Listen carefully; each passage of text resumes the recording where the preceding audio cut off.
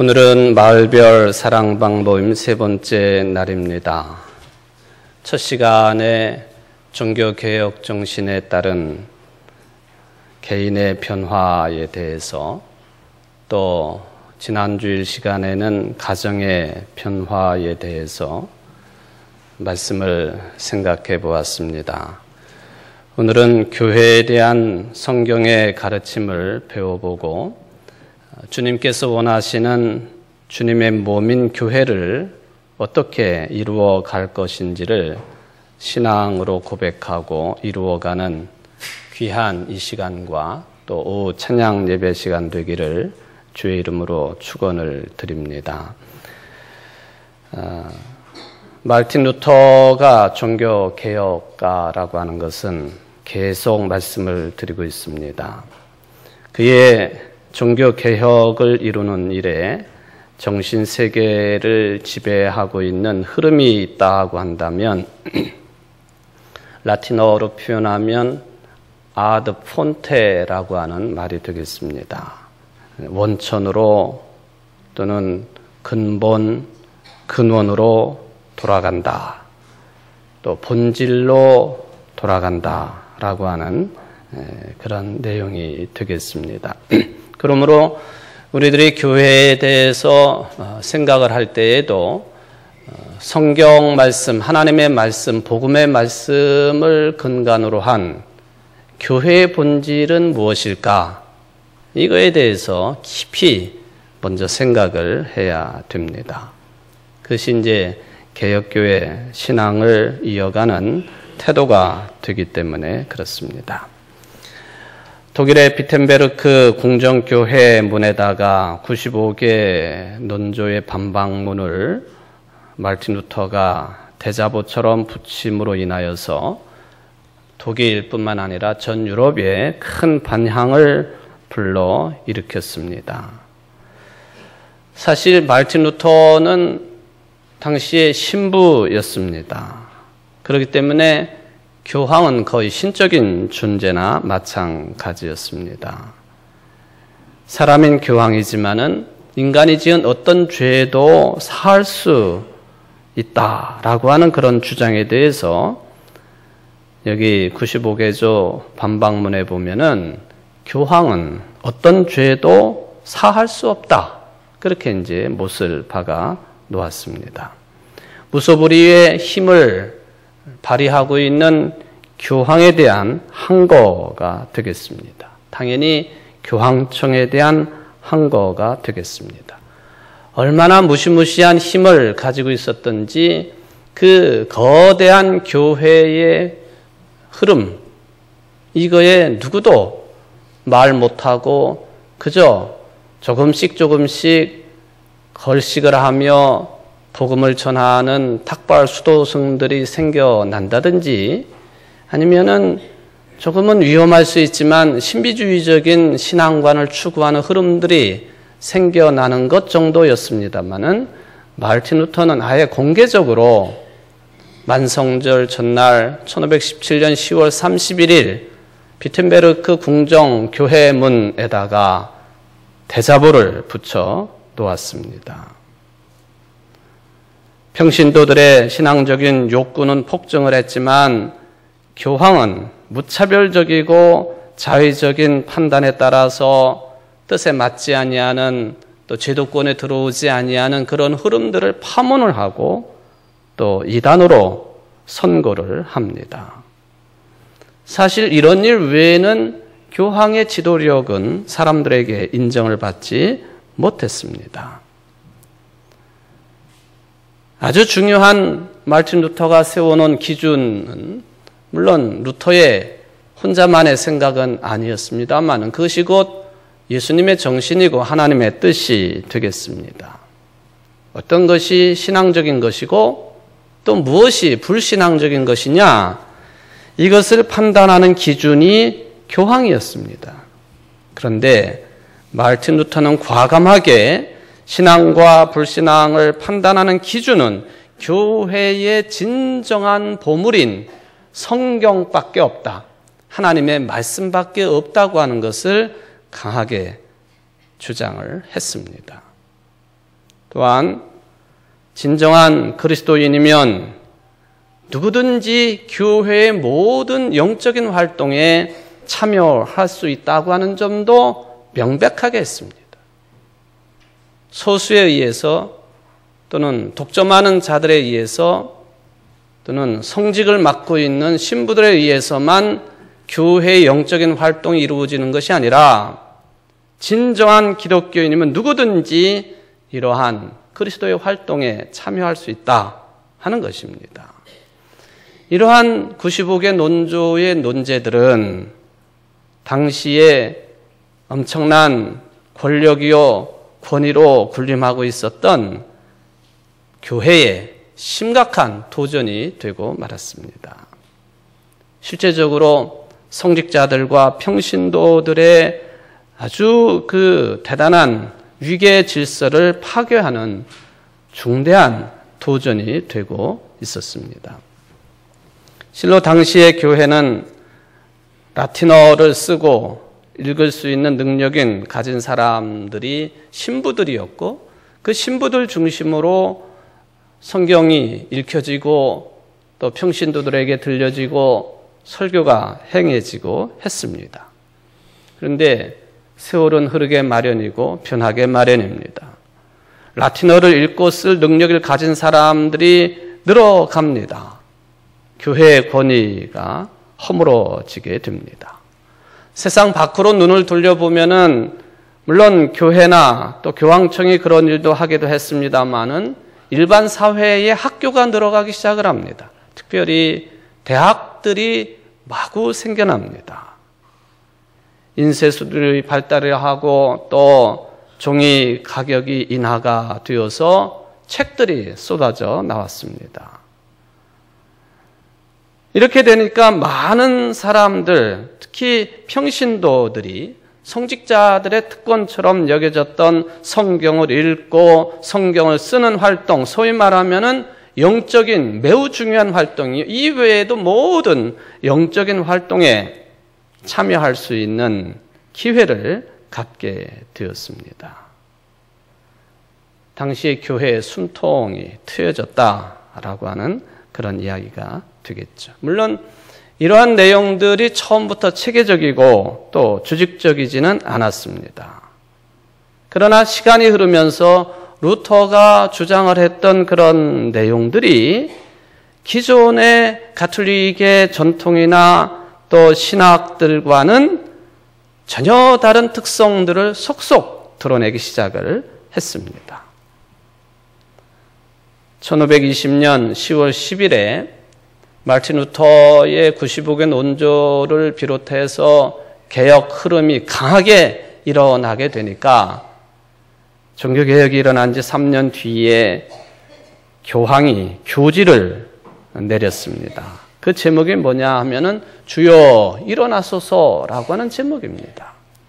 이 제목이 말해주고 있는 것처럼 지금 저 사단의 무리들이 루터를 중심으로 하는 교회를 개혁하고자 하는 그 잘못된 흐름들이 있으니 주님 일어나셔서 저들을 물리쳐 주시기를 바랍니다 하는 그런 뜻이 강하게 내포되어 있는 교황의 교지 제목입니다. 이거에 대해서 마르틴 루터는 자신의 신앙 고백을 담고 있는 일종의 편지 형식의 그리스도인의 자유라고 하는 글을 발표를 합니다. 이 그리스도인의 자유라고 하는 이 내용을 살펴보면은 이런 말씀이 있습니다. 믿음으로, 솔라 피데라고 하는 믿음으로만 그리스도와 하나가 된 기독교인들은 그 누구에게도 예속되지 않으며 동일한 근거에서 모두가 다 왕이고 제사장이다. 만인 제사장서를 역설을 했습니다. 오로지 믿음으로 그리스도와 하나가 된 사람들은 그 어떤 인간들에게 구속당하거나 속해 있거나 예속당하지 않는다. 믿음이라고 하는 동일한 근거를 가지고 모든 그리스도인들은 왕 같은 존재들이요 제사장들이라고 하는 것을 발표를 했다 하는 것입니다. 그래서 믿음으로 그리스도인 된 사람들은 당시 교회들이 성직자들만이 할 수 있다고 생각되었던 다른 사람들을 위해서 기도하는 중보의 기도라든지 영적인 권면이라든지 이런 것들이 믿음을 기초로 해서 모든 그리스도인들도 할 수 있는 일이 되었다 하는 것을 마르틴 루터는 이 그리스도인의 자유라고 하는 편지 형식에서 발표를 했습니다. 바로 이 오직 믿음으로 그리스도와 하나가 된다. 믿음으로 이런 영적인 활동에 참여할 수 있다라고 하는 이 루터의 신앙 고백은 당시 교회의 권위에 심각한 타격을 입히게 되었습니다. 루터는 바랬습니다.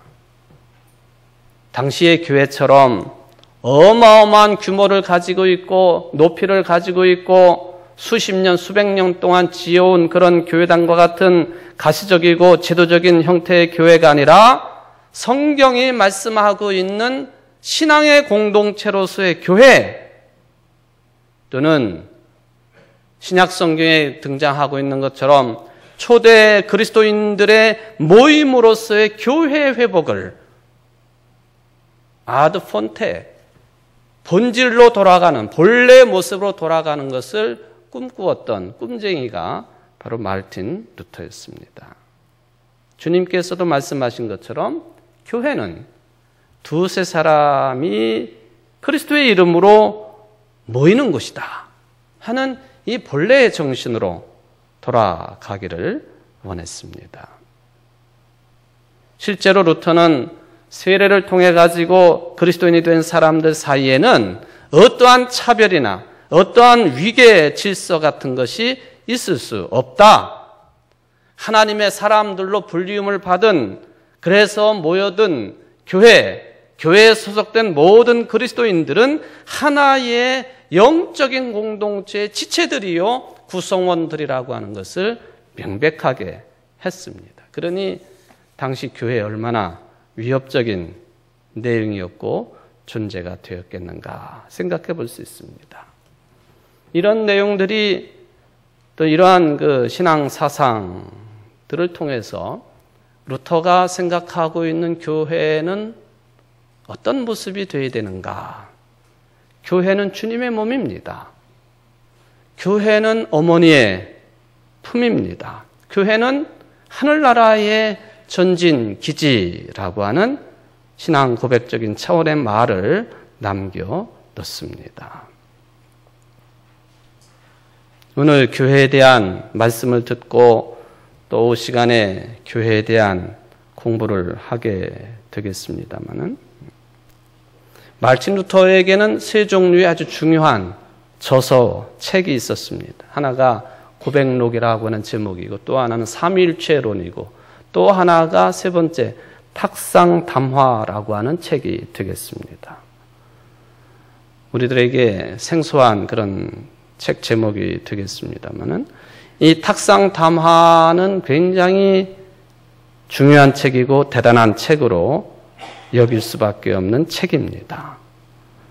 당시에 이 탁상담화의 내용이 교황이었던 그레고리우스 13세를 엄청난 분노를 사게 되어서 이 교황이 이 책을 모두 다가 끌어모아다가 불에 태우도록 명령을 내렸습니다. 그래서 이 탁상담화라고 하는 책이 다 사라졌습니다. 그런데 1626년, 1517년부터 따지면은 100년이 조금 넘은 시점에 카스파르 반 추파르라고 하는 사람이 자기 집의 터를 막 땅을 파 내려가다가 보니까 뭔가 책이 한 권이 발견이 되었는데 그 구덩이 속에서 바로 이 탁상 담화 인쇄본을 발견을 합니다. 그때까지는 이 책이 다 사라진 것으로 생각을 했었습니다. 파보니까 책 제일 겉에는 이 밀랍으로 단단하게 밀봉이 되어 있고 그걸 뜯어보니까 그 책을 또 린넨 천으로 마 종류의 천으로 아주 단단하게 묶어놓고 감싸놓은 그런 형태로 발견이 되었습니다. 그 내용을 들춰보니까 이게 탁상 담화입니다. 독일에서 이것을 공개했다가는 위험에 처할 수 있을 것 같아가지고 영국으로 보냈고 1646년 종교개혁이 시작된 지 129년 뒤에 영어로 번역이 되어서 출판이 됩니다. 근데 이 탁상 담화라고 하는 책이 어떻게 해서 생겨났느냐 하는 그 내용을 살펴볼 필요가 있겠습니다. 지난 주일에도 제가 비텐베르크 루터 하우스에 대한 말씀을 드렸습니다마는 종교개혁이 시작되고 나서 이 루터 하우스에는 낮 동안보다도 저녁 5시만 되면은 사람들이 꾸역꾸역 모여들기 시작을 했습니다. 지금도 루터 하우스는 건물도 굉장히 크기도 하고 여러 채가 연결되어 있기도 하고 영역 자체가 굉장히 넓습니다. 사람들이 모여들어요. 당시 교회에서 쫓겨난 신부들이라든지 또는 루터도 그런 일을 했습니다마는 수녀원에서 도망을 친 수녀들이라든지 또 비텐베르크 대학에서 교수 일을 했기 때문에 동료 교수들이라든지 또 루터의 사상에 영향을 받은 사람들이라든지 이웃들이라든지 멀리서 온 사람, 가까이에서 온 사람 이런 사람들이 오후 5시만 되면 모여가지고 식탁에 앉아서 대화를 나눕니다. 루터의 부인이 원래 손도 크고 성격도 괄괄한 사람입니다만 그녀가 하숙을 치고 또는 독일에서는 맥주 마시는 게 물 마시는 거나 똑같습니다만 맥주 공장을 소규모로 운영하기도 하고 다 손님들이 어마어마하게 찾아오니까 이 사람들의 뒷바라지를 아주 억척스럽게 루터 부인이 감당을 합니다. 바로 이 저녁 때만 되면은 식탁에 둘러앉아가지고 이런저런 이야기를 루터와 함께 나누는데 루터의 이야기를 교수들이나 수녀들이나 신부들이나 친지들이나 가까운 사람들이나 이런 사람들이 기록해 놓은 그 내용들을 책으로 만든 것이 바로 탁상담화입니다. 말하자면 식탁대화록과 같은 그런 성격의 책이 되겠습니다. 식사를 나눌 때뿐만 아니라 루터랑 산책을 나누었던 사람들, 산책을 함께 했던 사람들, 또 루터의 목회 여정에 늘 가까이 있었던 사람들, 이런 사람들이 루터의 이야기를 듣고 남기고 또 거기에다가 자기 자신의 생각도 첨가를 시키고 그렇게 해서 탄생된 책이 탁상담화입니다. 마치 마태, 마가, 누가, 요한복음, 예수님에 대해서 기록해 놓은 복음서인데 사실 복음서를 읽어보면은 엑기스라고 불리워지는 예수님이 직접 하신 말씀이 어떤 내용이겠느냐? 이거는 성경을 연구하는 학자들에게는 매우 큰 관심사입니다. 복음서의 전체 내용이 다 예수님이 하신 말씀이 아니라는 이야기예요. 예수님이 하신 말씀이 있고 예를 들면 하늘나라의 비유 같은 것들 또는 팔복 같은 것들 다 주님께서 직접 하신 말씀들이죠. 또 오병이어의 기적 같은 것들 행하신 일들입니다. 이런 것을 듣고 체험하고 마태복음은 마태가, 누가복음은 누가가, 마가복음은 마가가, 요한복음은 요한이 예수님의 제자들이 그것을 그대로 기록하기도 하고 자기의 어떤 생각을 첨가하기도 하고 또 이거는 필요 없겠다 하면 빼기도 하고 그렇게 해서 탄생된 것이 복음서들 아닙니까? 사도 바울의 14권의 편지들도 마찬가지의 과정을 거쳐서 탄생이 됐습니다만은 이 탁상 담화도 마찬가지였습니다. 기록하는 사람의 관심거리에 따라서 똑같은 사람 루터가 한 말이지만 차이가 있기도 하고 그러나 중요한 것은 루터의 직접적인 말씀이라고 하는 차원에서는 16세기의 역사를 이해하고 루터의 인격이나 그의 생활이나 그의 신앙이나 특히 오늘 우리가 생각할 수 있는 루터의 교회관 이런 것들을 루터의 직접적인 이야기로 접할 수 있는 유일한 책이 탁상담화라고 하는 제목의 책입니다.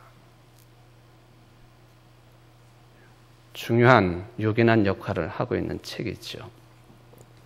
그 내용 가운데 보면은 예를 들어서 기도에 대해서 루터가 이런 말을 남긴 것이 기록되어 있습니다. 기도에 대해서. 저는 이 글을 읽으면서 일부 시간에도 말씀을 드렸습니다만은 우리나라 유명한 가수 조용필 씨가 부른 이 킬리만자로의 표범이라고 하는 제목의 노래 가사가 저는 다 모릅니다만은 그 뭐 읊조리듯이 중얼거리듯이 이렇게 막 그 노래를 부르잖아요. 먹이를 찾아 산기슭을 어슬거리는 뭐 이런 그런 형태. 따라하지도 못하겠어요. 근데 이 먹이를 찾아 산기슭을 어슬렁거리는 하이에나를 본 적이 있는가? 짐승의 썩은 고기만을 찾아다니는 산기슭의 하이에나. 나는 하이에나가 아니라 표범이고 싶다. 그 가사가 그렇게 시작이 됩니다. 근데 루터가 기도에 대해서 말한 내용이 뭐냐 하면은 먹이를 응시하는 개의 모습을 보면서 저 개가 고기를 쳐다보는 것처럼 내가 기도를 할 수 있다면 얼마나 좋을까? 개가 고기를 쳐다보면서 모든 생각이 그 고기 한 점에 집중되고 있는 것처럼 그 순간에는 다른 어떤 것도 생각하거나 원하거나 기대하지 않는 것처럼 하이에나가 표범이 그 고기 한 점에 집중하듯이 그렇게 내가 기도할 수 있으면 얼마나 좋겠습니까? 그런데 내 마음은 흔들림이 없이 기도에 집중할 수가 없으니 낙심을 하고 있습니다. 이게 바로 루터의 직접적인 말로 이 탁상담화라고 하는 책에 기록이 되어 있습니다. 여기에는 분명히 교회에 대한 언급도 있습니다. 많은 분량은 아니지만 당시에 루터가 교회는 이런 곳이다 또는 이러해야 된다라고 하는 생각을 가지고 기록해 놓은 또 말한 내용들이죠. 참된 교회는 눈에 보이지 않는 것, 정신으로 파악할 수 없는 것, 즉 하나님의 말씀을 의지하는 회중입니다. 그들은 하나님의 말씀의 교훈에 아무것도 보태지 않고 믿으며 하나님께 영광을 돌립니다. 참된 교회는 말씀을 의지하는 회중, 지금으로 말하면 여러분들을 가리키는 거예요. 이런 눈에 보이는 이런 예배당으로서의 교회뿐만 아니라 참된 교회는 하나님의 그 순전한 말씀을 믿고 따르고 의지하는 각자 한 사람 한 사람이 교회다. 그게 루터가 가지고 있는 생각이었습니다. 이외에도 교회에 대한 내용이 좀 있습니다. 하나님의 말씀이 순결하게 선포되는 곳에는 바르고 참된 교회가 있습니다. 참된 교회는 유업의 계승이 아닌 성령께서 뒷받침해 주시기 때문입니다. 비록 사도 베드로가 로마에 섬긴 적이 있고 그리스도교 교회가 로마에 있는 적이 있기는 하지만 그렇다고 해서 교황과 로마 교회가 참된 것은 아닙니다. 그 등식이 성립되려면 교황주의자들은 가야바와 안나스, 사두개파도 참된 교회였다고 인정해야 합니다. 그들은 아론의 후손임을 자부했기 때문입니다. 또 참된 기독교 교회는 피 흘림이 없이는 존립할 수 없습니다. 교회의 원수인 마귀가 거짓말쟁이요 살인자이기 때문입니다. 교회는 피를 먹고 자라고 증가합니다. 교회는 자신의 피로 얼룩져 있습니다. 신자가 교회를 개혁하려고 할 때에는 피의 대가를 지불해야 합니다. 좀 섬뜩한 그런 내용이죠. 뿐만 아니라 루터는 교회에 대해서 이야기를 할 때 여러 종류의 나무 또는 꽃에 대해서 비유를 합니다. 아마란스라고 하는 꽃을 이야기합니다마는 아마란스는 8월에 피는 꽃입니다. 꽃이라기보다 줄기에 가깝고 쉽게 부러지며 자태가 화사하기 그지없습니다. 다른 꽃들이 활짝 피었다가 시든 뒤에도 물만 잘 주면 다시 싱싱한 초록빛을 띱니다. 그래서 사람들은 겨울에 이 꽃으로 화관을 만듭니다. 이렇게 시들지도 않고 지지도 않는다는 뜻에서 아마란스라는 이름이 붙었습니다. 교회를 꽃에 비유하자면 바로 이 아마란스만한 것이 없습니다. 교회는 어린 양의 피로 목욕을 하여 그 의복이 붉은색이지만 지상에 존재하는 어떠한 국가나 집단보다 더 아름답고 단정하고 곱기 때문입니다. 교회만이 하나님의 아들의 아름답고 정숙한 배우자로서 그 품에 안겨 사랑을 받으며 그의 유일한 기쁨과 의지할 대상이 됩니다. 복음을 멸시하거나 왜곡하는 자들은 그의 미움과 배척의 대상입니다. 또 올리브나무 이야기도 남겨놓았습니다. 올리브나무는 교회를 생각하게 만드는 좋은 표상입니다. 포도주가 율법의 교리를 상징한다면 올리브 기름은 복음의 온유한 사랑을 상징합니다. 포도나무와 올리브나무는 서로 일치성과 친화성이 강해서 포도나무나 올리브 열매가 동시에 열립니다. 마찬가지로 교회, 곧 하나님의 말씀이 사람들의 마음에 심기면 그것이 율법과 복음을 동시에 가르쳐서 둘 모두 열매를 맺게 합니다. 예, 교회에 대해서 올리브나무, 포도나무 비유를 들고 있습니다. 저는 여기서 마르틴 루터가 교회에 대한 언급을 한 중에 교회, 곧 하나님의 말씀이 사람들의 마음에 심겨지면 그것이 율법과 복음을 동시에 가르쳐서 둘 모두 열매를 맺게 합니다. 라는 이 말씀이 오늘 예수님께서 새 포도주는 새 부대라고 하는 이 말씀을 왜 주셨을까 하는 그 관점을 살리게 하는 중요한 지적이라고 생각을 합니다. 뿐만 아니라 교회에 대해서 이런 이야기도 합니다. 교회의 어머니는 로마 교회가 아니라 예루살렘 교회입니다. 그곳에서 복음이 최초로 계시되었기 때문입니다. 하나님의 아들이신 그리스도께서 친히 복음을 전파하신 다음 사도들이 받아 전했습니다. 두 번째는 안디옥 교회였습니다. 그곳에 신자들이 그리스도인이라는 이름을 얻었습니다. 세 번째는 알렉산드리아 교회였습니다. 게다가 갈라디아 교회, 고린도 교회, 에베소 교회, 빌립보 교회가 로마 교회보다 훨씬 먼저 세워졌습니다. 사도 베드로가 로마에 머물렀다는 것이 그렇게 중대한 문제입니까? 우리의 복되신 구주 그리스도께서는 친히 예루살렘에서 일하셨으며 그곳에서 우리의 기독교 신앙의 모든 조항들이 만들어졌습니다. 그곳에서 야고보가 부르심을 받아 사도로 봉직했으며 그곳에서 교회의 기둥들인 야고보와 베드로와 요한이 사역했습니다. 이런 말씀들이죠.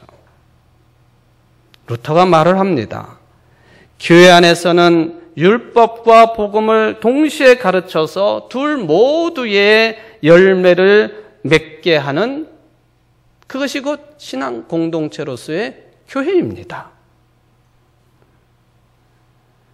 오늘 설교 제목을 그렇게 잡았습니다만은 그렇게 하면 둘 다 보존됩니다. 이 뜻이 저 뜻이라 저는 생각을 합니다. 금식을 하지 아니하는 예수님의 제자들에 대해서 요한의 제자들이 혼란을 했습니다. 어떻게 해서 우리와 또 바리새인들은 금식을 하는데 유대인들은 금식을 잘 하는데 당신의 제자들은 금식을 하지 않습니까? 우리는 신앙의 전통과 역사를 그 흐름을 잘 이어오고 있는데 어떻게 당신의 제자들은 복음의 사역자들이라고 하는 사람들은 그렇지 않습니까? 그런 질문과 비슷합니다. 이거에 대해 예수님께서는 생배 조각을 들어서 비유를 하시고 또 새 포도주의 비유를 하셨습니다. 생배 조각에 관한 이야기 예수님의 말씀 속에 잘 들어 있습니다. 실로 예수님의 공생애는 온통 하늘나라를 이루기 위한 위험이었습니다. 하늘나라의 성격이 무엇이었느냐? 건강한 자에게는 의사가 쓸데없고 병든 자에게라야 쓸데있다. 나는 의인을 부르러 온 것이 아니라 죄인을 부르러 왔다 하는 말씀이지요. 무슨 뜻입니까? 예수님께서 원하시는, 추구하시는 신앙 공동체, 소위 말하면 신앙 공동체인 교회는 죄인들도 얼마든지 들어올 수 있다고 하는 선언이 되겠습니다. 너희들 의인이라고 스스로 인정을 하는 유대인들아, 하나님의 선민이라고 스스로 자랑하고 있는 유대인들아, 너희들뿐만 아니라 죄인들도 얼마든지 들어올 수 있는 곳이 교회여야 되고 신앙 공동체인 교회의 참 모습이다 하는 것이 예수님의 선언입니다. 개방적인 공동체, 누구에게나 열려있는 공동체를 선언하셨습니다. 바로 이런 하늘나라의 개방성 때문에 당시의 유대교 지도자들과 아주 크게 충돌을 일으켰고 또 대립 구도가 형성될 수밖에 없었다 하는 것을 우리는 생각을 해봅니다. 생배 조각과 새 포도주, 새로운 가치관이나 사상에 대한 말씀일 수도 있겠지만은 이제 막 믿음의 생활에 들어선 그동안의 죄인 취급을 받았던 세리나 죄인들에 대한 예수님의 간곡한 언급이고 선언이 되겠습니다. 반면에 낡은 옷과 낡은 가죽 부대, 옛 관습이나 율법에 따라서 살아가는 세례 요한의 제자들도 거기에 포함되어 있듯이 오래된 성도들, 다시 말하면 신앙의 전통과 관습과 경건 생활과 자기들 나름대로의 공동체 생활에 익숙해져 있는 그런 무리들 또는 그런 교인들, 예수님은 분명히 언급하셨습니다. 이 두 종류의 사람들 중에 어떤 종류의 사람이 더 중요하다 그렇게 말씀하지 않으셨습니다. 둘 다 필요하고 둘 다 보존되어야 된다. 이 예수님의 생각이지요. 만약에 이 둘 사이가 대립을 하게 되면은 포도주는 쏟아지고 부대도 찢어져 버리게 된다. 이게 예수님의 걱정이셨습니다. 우리들 가운데는 아직도 신앙적으로 성숙하지 못한 새로운 사람들이 있을 수 있지요. 나와 다른 신앙관, 교회관, 정치관, 세계관 가지고 있는 사람이 있을 수 있습니다. 그러나 나하고 다른 사람을 배척하는 것이 아니라 새로운 사람이든 기존의 사람이든 어떤 사람이든지 간에 담을 수 있는 그릇이 필요한데 그게 교회여야 된다. 그게 신앙 공동체 하나님의 나라의 전진 기지가 되어야 된다라고 하는 것이 예수님의 가르침이 되겠습니다. 그렇다면 이런 교회 공동체는 어떻게 형성이 되겠느냐? 오늘 설교 제목에 그렇게 하면 이라고 하는 말이 붙어 있습니다만은 어떻게 하면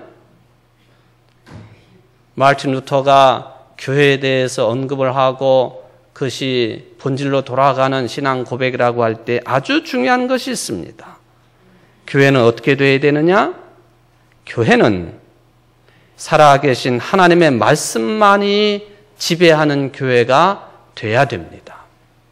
그렇게 되면 둘 다 보존될 수가 있습니다. 주님도 말씀하십니다. 사람이 빵으로만 살 것이 아니라 하나님의 입에서 나오는 모든 말씀으로 살 것이라고 말씀을 하십니다. 하나님의 말씀을 신앙과 삶의 유일한 규칙으로 잣대로 삼고자 했던 개혁자들의 정신은 곧 주님의 정신입니다. 성서의 정신입니다. 뿐만 아니라 교회에서 성찬식이 바르게 집행이 되면 둘 다 보존이 되겠습니다. 뿐만 아니라 교회의 권징이 살아있으면 둘 다 보존이 되겠습니다. 이게 초기의 종교개혁가들이 말씀해 놓은 세 가지 교회 표지입니다. 하나님의 말씀이 제대로 선포가 되어지고 성찬식이 바르게 베풀어지고 권징이 살아있는 교회, 그렇게 되면 그런 교회라면 하나님의 교회요, 바른 교회요, 어머니의 품이요, 하늘나라의 전진기지로서 어떤 사람이 들어온다 할지라도 보존되어지고 설령 서로 강하게 부딪히는 세력이 있다 할지라도 대립 구도가 형성되어 있다 할지라도 둘 다 보존될 수 있다고 하는 것이 주님의 뜻입니다. 우리 교회는 하나님의 말씀이 살아있는 교회가 되어야 되겠습니다. 성찬식이 바르게 베풀어지는 교회가 되어야 되겠습니다. 권징이 살아있는 교회가 되기만 한다면 둘 다 보존되는 교회일 것입니다. 그것이 곧 주님이 원하시는, 또 성경이 말씀하시는 교회의 본질입니다. 아드 폰테, 본질로 돌아가는 교회, 오늘 오후 시간에도 이 내용을 가지고 깊이 있는 공부가 이루어질 수 있는 여러분들 되시기를 주의 이름으로 축원을 드립니다. 기도하십시다.